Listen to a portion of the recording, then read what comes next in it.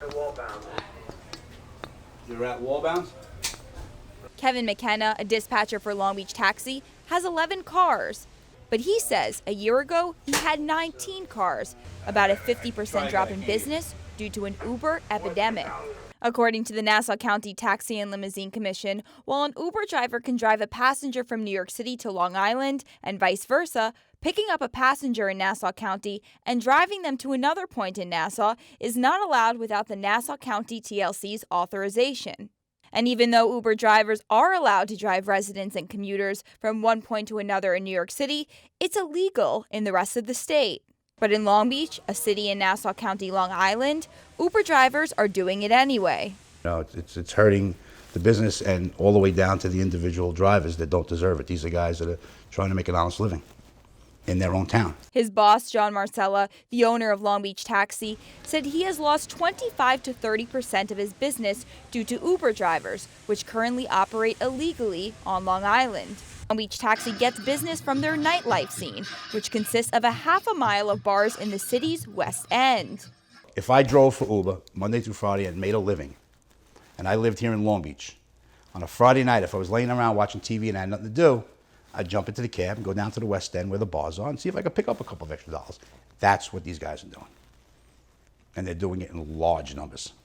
McKenna tries to combat the Uber drivers by sending out a large number of his cabs, but he said the problem is there's no incentive for them to come in. I mean, I can't convince these guys, listen, if you all come in, I know you're going to make less money, but let's just do this for a couple of weeks. Let's just keep fighting them in numbers. Let's smother that whole part of town with cabs and outnumber them. But how do I convince my guys to come in and do it and take that loss for the next couple of weeks until Uber says, you know what, it's not worth it for me to go down here anymore. There's too many Long Beach taxis down there. Doing the right thing, fine, but it's not an illegal company and they're doing everything illegal. It should be all the same, it should be regulated and a level playing field for everybody.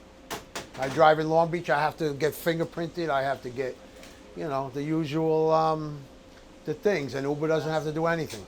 So. McKenna showed me surveillance video and pointed to black cars, which he described as Uber vehicles. They're all over.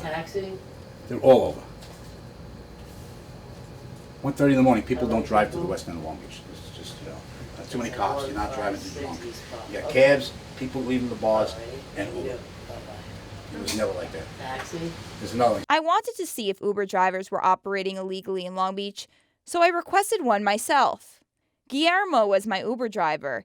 He said he's been driving Uber for about 3 months because you can work whenever you want. When I told Guillermo driving Uber was illegal on Long Island, this was his response.